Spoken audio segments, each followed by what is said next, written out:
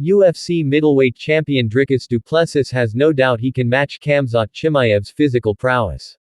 Du Plessis 22-2 MMA, 8-0 UFC turned his attention to Chimaev 14-0 MMA, 8-0 UFC after the unbeaten contender ran through Robert Whittaker for a first-round submission this past Saturday at UFC 308.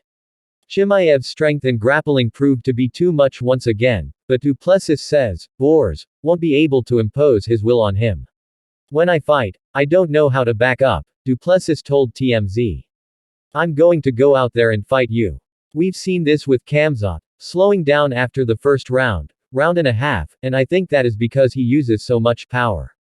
He has the wrestling technique, of course, but he uses his strength as a weapon.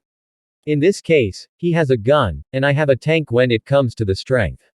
There's not a middleweight that's going to overpower me. It's not going to happen. In the UFC 308 post-fight news conference, Chimaev was asked by MMA Junkie about Du Plessis' grappling, which he immediately dismissed, but the champion issued him a warning.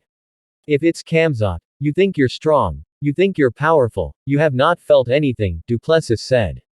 And I can't wait until I see it on his face because I see it on every single person I fight's face. When they realize, OSH*T.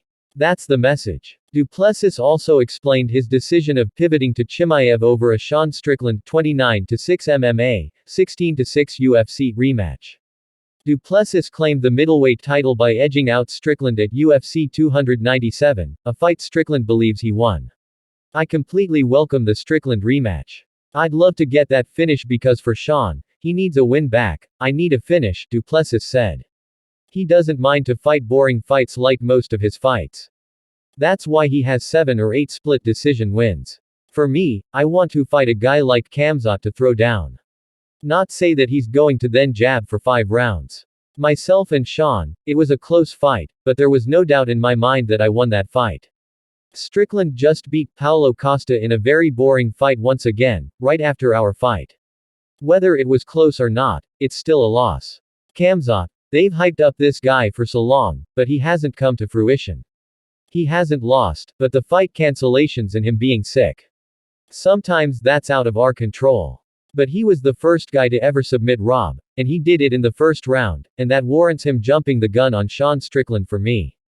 If you ask me personally, that's a fight I would rather want because that's a fight the people want. It's a fight more fans want, and I believe Khamzat is the next best guy.